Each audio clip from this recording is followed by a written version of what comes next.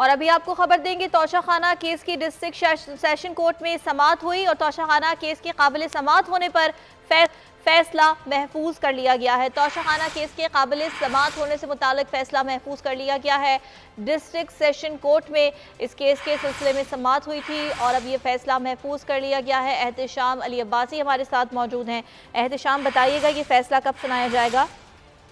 جی بالکل، توشہ خانہ کیس قابل سماعت ہے یا نہیں، فیصلہ محفوظ کر لیا گیا ہے۔ وکیل الیکشن کمیشن کی جانب سے آج صبح سے دلائل دیے جا رہے تھے اور مختلف پہلو پہ انہوں نے عدالت کو اس کیس کے حوالے سے بتایا۔ عدالت نے اس کے بعد جو وکیل گور ہیں، جو چیئرمین پی ٹی آئی کے وکیل ہیں، انہوں نے عدالت کو بتایا کہ خواجہ عارف جو ہے ان کے سینئر وکیل ہیں، وہ اس وقت دور میں ہیں اور وہ مصروف ہیں، تو ہمیں وقت دیا جائے۔ تو عدالت نے وکیل گور علی خان کے پیر سے سماعت ملتوی کرنے کی استدعا جو ہے مسترد کر دی ہے۔ عدالت کا یہ کہنا تھا کہ خواجہ عارف سینئر وکیل ہیں، ان سے اس طرح کا رویہ توقع نہیں کیا جا سکتا۔ توشہ خانہ کیس پر ہر پاکستانی کی نظر ہے۔ توشہ خانہ کیس جب سے آیا ہے، میری عدالت میں دیگر کیسز رک گئے ہیں۔ عدالت نے درخواست قابل سماعت ہونے یا نہ ہونے پر فیصلہ محفوظ کر لیا ہے۔ عدالت نے چیئرمین پی ٹی آئی کے وکیل کا حق سماعت ختم کر دیا۔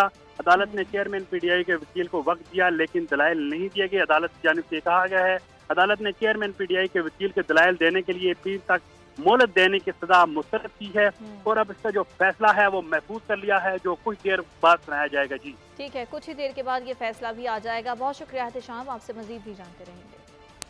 گودھا سے آپ کو خبر دیتے ہیں جہاں پر مسافر وین میں آتش زدگی کا واقعہ پیش آیا۔ پولیس اہلکار شاہد نے